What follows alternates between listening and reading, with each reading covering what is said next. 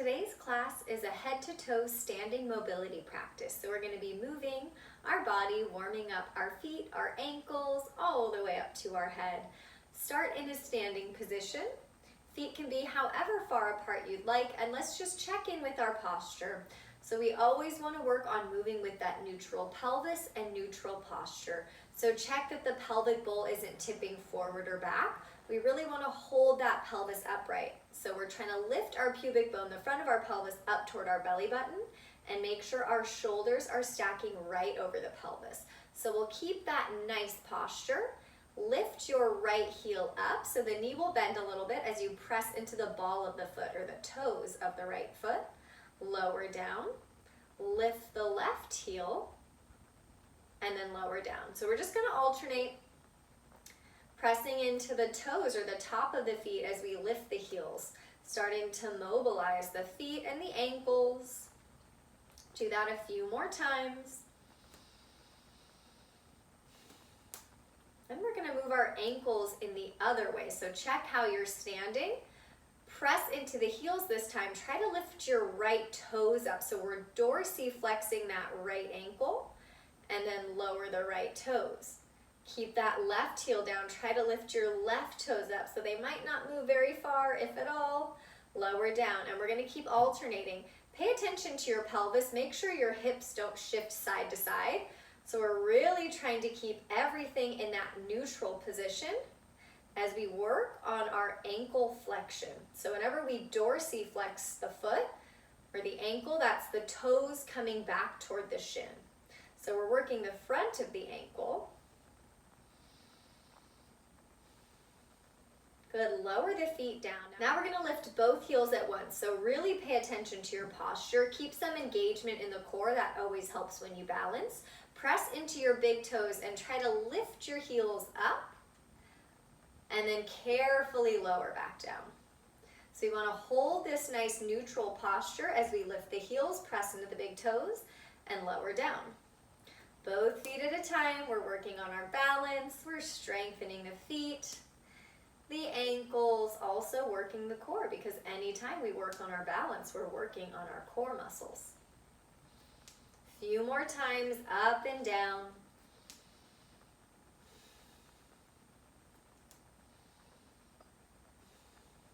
Lower down. Now that we've warmed up the ankles, we can move to the knees and the hips. All three of them work together with most of the movements we do. So you can stay facing wherever you are. I'm going to show it from the side. So again, we want to hold that nice posture. So imagine you had a broom behind your back. Would the broom touch the back of your skull, your scapula or your shoulder blades, and your sacrum right above your tailbone? So that's a great way you can really use a broom and really check in with that posture. We're going to reach the arms up. Anytime your arms lift up, lift your shoulder blades up. And then bring your hands to your thighs. We're going to practice a hip hinge. So we're going to move the hips backwards, bending the knees, but we want to slide the hands down as far as possible. If they can stop at the knees, you can stop there. We want to make sure that the knees are right over the ankles. So right now when we're hip hinging, we're in something called triple flexion. Our ankles are flexed, our knees are flexed, and our hips are flexed. And then slide back up. So as we hip hinge, the goal is to keep that long spine moving from the hips. So the hip creases right where the thigh bone meets the hip, moves back into space, and the spine stays long. So we keep that feeling of the broom behind our back. Using the glutes here. So we always want to use the glutes anytime we're hinging or flexing at the hips like we're doing right now. Slide back up. So we're going to do this a few more times, really getting this movement into our brain of hinging at the hips. So you should really feel the hips and the glutes do a lot of the work here. Core is working as well to make sure we can keep that long spine.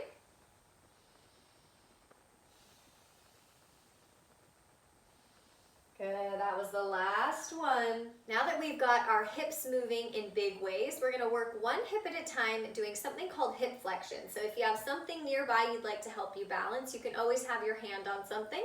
Check that posture, shoulders over your pelvis. Hands can come to a chair, or you can bring your hands to the outside of the pelvis, and we're gonna pick up our right foot. So we're having all of our weight in that left foot. Pick up the right foot. Doesn't have to go very high. We want to make sure nothing has moved. The pelvis hasn't moved, the spine hasn't moved, and then step it down. We're going to stick with this right hip. So we'll flex that right hip again and lower down. As you flex your right hip, squeeze that left glute. So anytime we're standing on one leg, we always want to use the glute to really hold our femur, our thigh bone in that hip socket.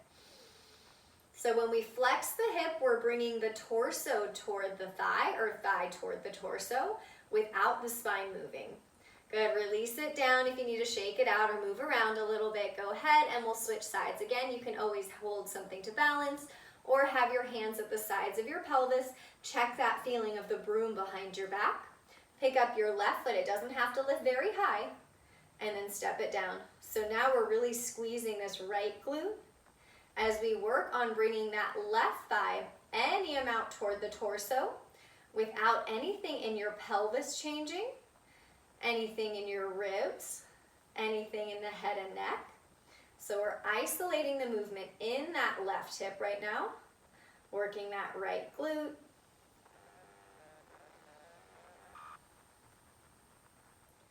Release it down. We're going to work hip abduction now. So instead of the hip coming toward the torso, our hip is going to move away from the body and then come back in. So for this to happen, we need to have both glutes really squeezing. So we're going to end up using both glutes pretty much equally as we move this right hip. So again, hands can come to the outer sides of the pelvis or have it on something to balance. We're going to bring this right foot up, just unweight that right foot, and then really squeeze this right glute, squeeze this left glute as the hip abducts, which means it moves away from the body, and then we'll bring it back in. Abduct, so the right hip moves away, and then comes back in. So as you're doing this movement, it's teeny tiny. We don't want the whole pelvis to move, so don't let that right hip hike up. Pelvis is gonna stay level, so the movement is just coming from this outer right hip, and we have to really squeeze this left glute so that the left hip doesn't move. So we're holding really strong. It's definitely more challenging than it looks. Glutes might be burning, legs might be feeling it. Definitely the hips working. And then lower down and we'll switch. Check how you're standing, shoulders over the pelvis. Hands can come to a chair or something for balance or to the sides of the pelvis. Unweight that left foot. Now again, we're going to squeeze both glutes as we abduct this left hip. So without letting anything wiggle, the left leg's going to move out and then back in. The movement is coming from that left hip, moving away from the body, abducting, and then coming back in. Do this as slowly as you need to so you can really focus on the core strengthening, the pelvis staying neutral, and the spine staying neutral. Keep squeezing both glutes, working both hips at a time. Release it down. Let's release those hips a little bit. Grab onto something if you'd like to balance. Pick up that right foot, and we're just going to circle this right hip joint in both directions. Make the circles as small as you need. Don't let the pelvis move, just this right hip joint. And then switch. Pick up the left foot, grab something for balance if you'd like. Circle this left hip. Make the circles as small as you need.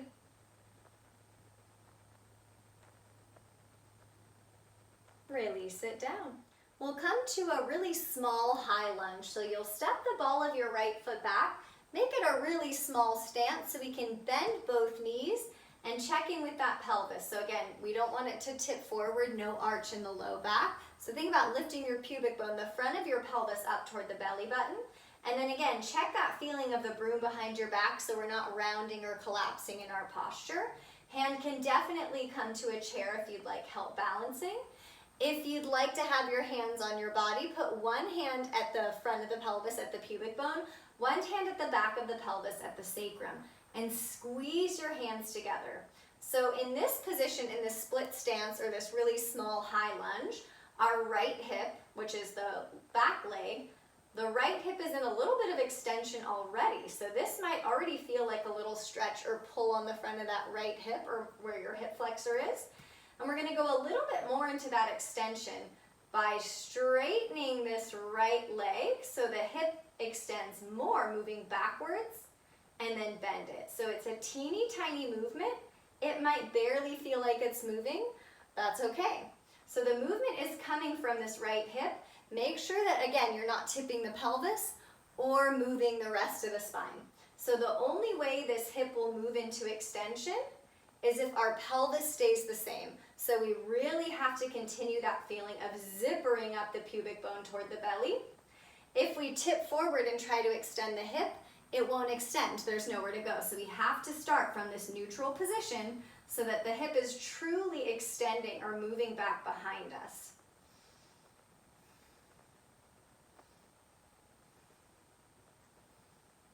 Good, we're gonna turn toward the side of the mat for a really small squat. So you can shorten your stance as much as you'd like, externally rotating the hip or turning the toes out to whatever degree feels good.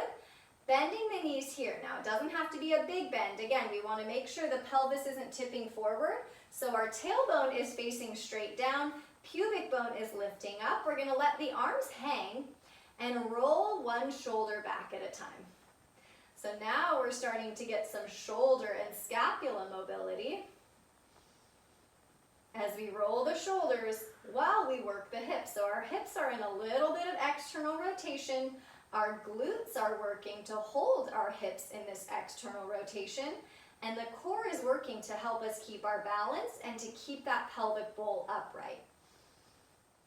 Straighten your legs and step the feet back together.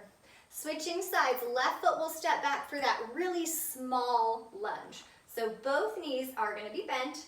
Think about that broom behind your back and really pay attention to the pelvis. So again, if the pelvis moves at all, this left hip won't get to extend, and that's what we're trying to focus on. So start with the knees bent. Hands can be at the front of the pelvis, pubic bone and sacrum squeeze together. And again, we're extending this left hip now, so that back leg, by straightening that back knee any amount without anything else changing. So really squeeze those hands together if they're at the pelvis. Hold that pelvis still so that it doesn't tip forward. So we've practiced our flexion when the hip came forward, and now we're doing the opposite. We're practicing extending the hip by moving it behind us. Holding still everywhere else. Glutes are even working here.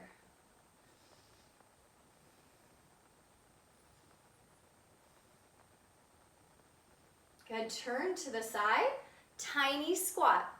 Externally rotating the hips to whatever amount feels comfortable. Make sure your knees and toes are facing the same direction.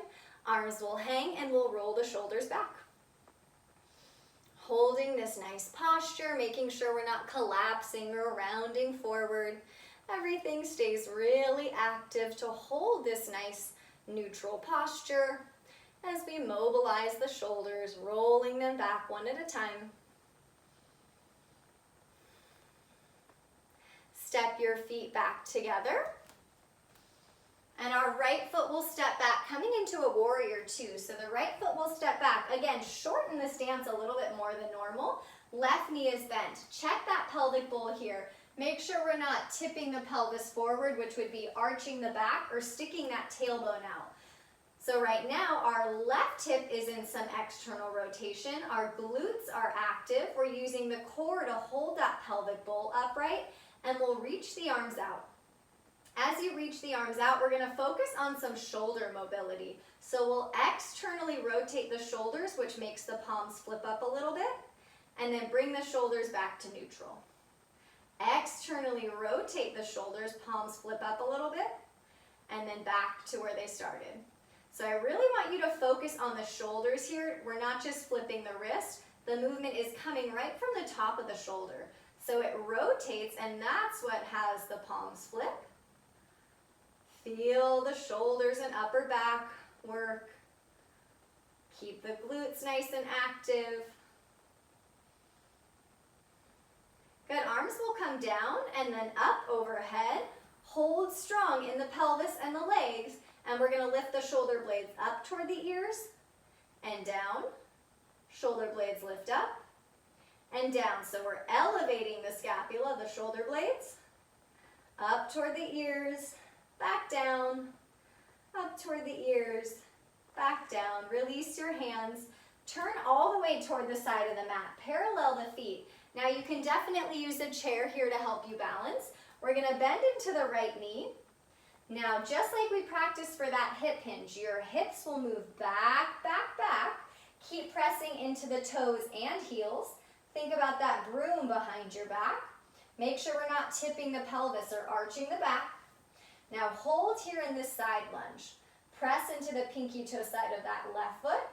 If it would feel good to go a little bit further into the stretch, you can lift the left toes up, externally rotating that left hip a little bit.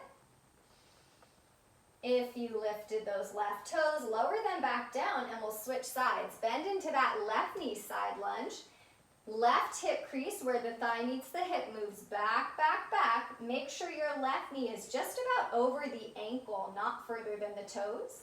Press into the pinky toe of that right foot. If it would feel good, maybe lift the toes, externally rotate that right hip to whatever degree feels good. Lower the toes down, come back to standing, step your feet together. Left foot back, short warrior two. So keep the feet pretty close together. Check that pelvic bowl, make sure it's not tipping forward or back. Squeeze your glutes, reach the arms out. Focusing right from the shoulders. Externally rotate the shoulders, which flips the palms, and then come back to neutral. So I really want you to focus on the shoulders doing the moving. It might not move as much as you think, and you can go as slowly as you'd like, but you might start to feel a little warm around the shoulders. Really working the muscles that connect to the shoulders and upper back. Holding strong in the legs and the glutes to make sure the pelvis doesn't start to tip forward. Good, lower the hands, reach your arms up overhead. Lift your shoulder blades up and down. Up and down. Try to isolate this movement just in the scapula. So just our shoulder blades move. Try not to move anything else. So we're holding still, really strong in the legs. Strong in the glutes. Lower your arms. Straighten that right leg. Parallel your feet. Bend into that left knee. Sit the hips back, back, back. Think about that broom behind your back. Press into the pinky toe of that right foot. If it feels good, lift up the right toes. Externally rotate that right hip if it feels good. Keep lifting your pubic bone toward the belly button. Good, lower the foot back down, stand up, side lunge to the right. Sit that right hip crease back, back, back. Make sure your right knee is over the ankle, not further than the toes. Lift the pubic bone up, lift the throat so the head doesn't drop. If it feels good, lift up the left toes, externally rotate that left hip. Left foot comes back down, stand up. Step the feet back together. We'll do some thoracic rotation. So again, let's check how we're standing. Really make sure we're not tipping the pelvis here. Think about that broom behind your back. Right arm will reach forward, and we're gonna make a big circle. As you reach it up and open it out, your ribs can turn maybe 1 inch to the right, a little bit of thoracic rotation. Keep circling, and then we'll do the left arm. Left arm reaches out. Up and back. Turn your ribs maybe 1 inch to the left. And back. Keep alternating right and left. Now again, this might need to be a lot smaller than you think so that the only thing moving is the arm and the ribs. What we're trying not to do is twist in the lower body. So try not to have anything move in the pelvis, the hips, the knees. So we're focusing on isolating this movement now right around our rib cage. So our upper back, our thoracic spine. One more each side.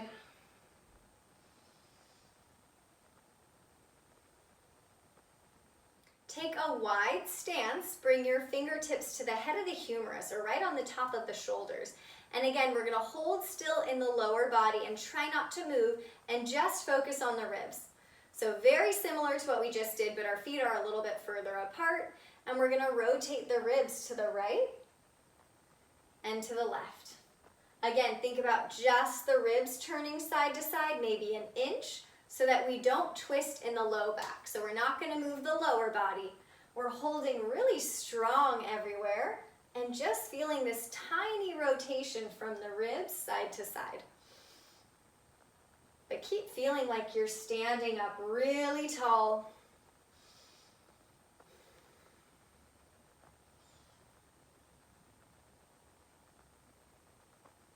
Come back to center, roll the shoulders. We're gonna do a little bit of balancing here. So bring the feet maybe about hips distance apart. Check that pelvic bowl. So again, don't let it tip forward or back. Zipper that pubic bone up. Keep your shoulders over your pelvis. We're gonna flex the right hip, picking up the right foot. Squeeze that left glute. Reach your left arm up and then really reach that left scapula up. Step it down. Flex at the left hip, lift up your left foot, squeeze this right glute. Right arm reaches up, glide that right shoulder blade up and lower down. Right foot, left arm. Challenging your balance and your core stability. Left leg, right arm, hold that pelvic bowl upright. Right leg, left arm. Left glute squeezes, left shoulder blade lifts up. Last one, left leg, right arm, right glute squeezes, right shoulder blade lifts up. Lower it down. Make a fist with your hands, reach your arms out in front of you, and start to circle your wrists both directions.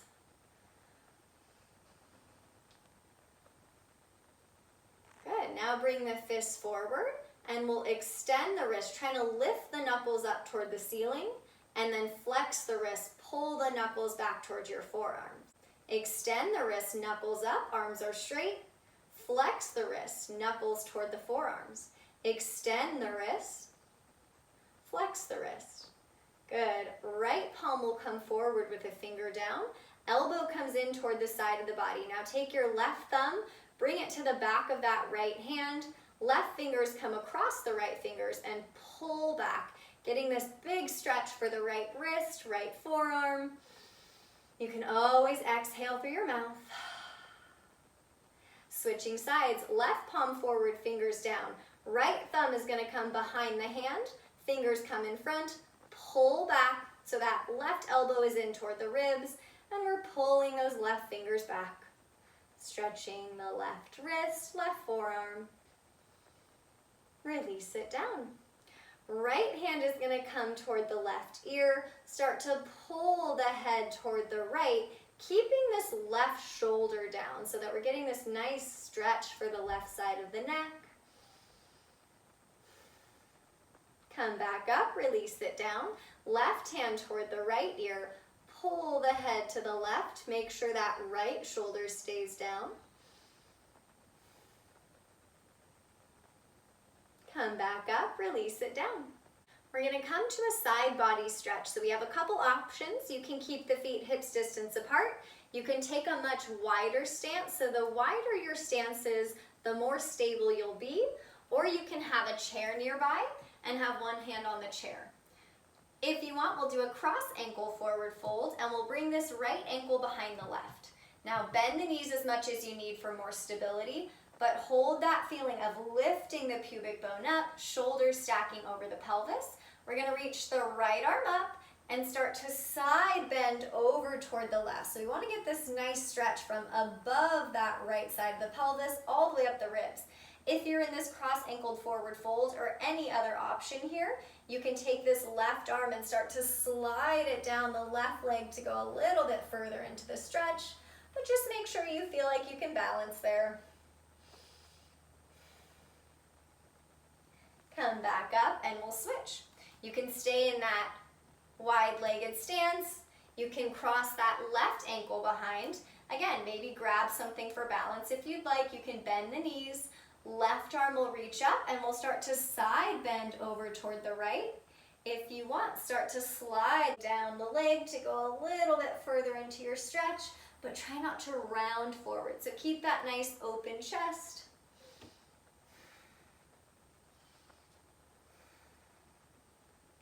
Come back up. Good, we'll do some cat-cow. So feet can be as wide as you'd like. Hands come to the thighs, bend your knees. And we'll arch the back or extend the spine, drawing those shoulder blades together a little bit. And then exhale, flexing the spine. Chin can come toward the chest or the throat. Inhale, arch the back. Exhale, round your back. Do that a few more times, moving at any pace that feels good. You can also do this on whatever you're balancing on. And just take your cat-cow while you hold a chair or the wall. Good. When you're ready, end in a standing position. Eyes can be open or closed. If you close your eyes, balancing might be a little bit more challenging, but we're just going to plant the feet down. Arms can rest at your sides, or you can bring one hand to the chest, one hand to the belly. And just take a few deep breaths here. Check in with how your body feels. Thanking yourself for this time of self-love and self-care as you move your body.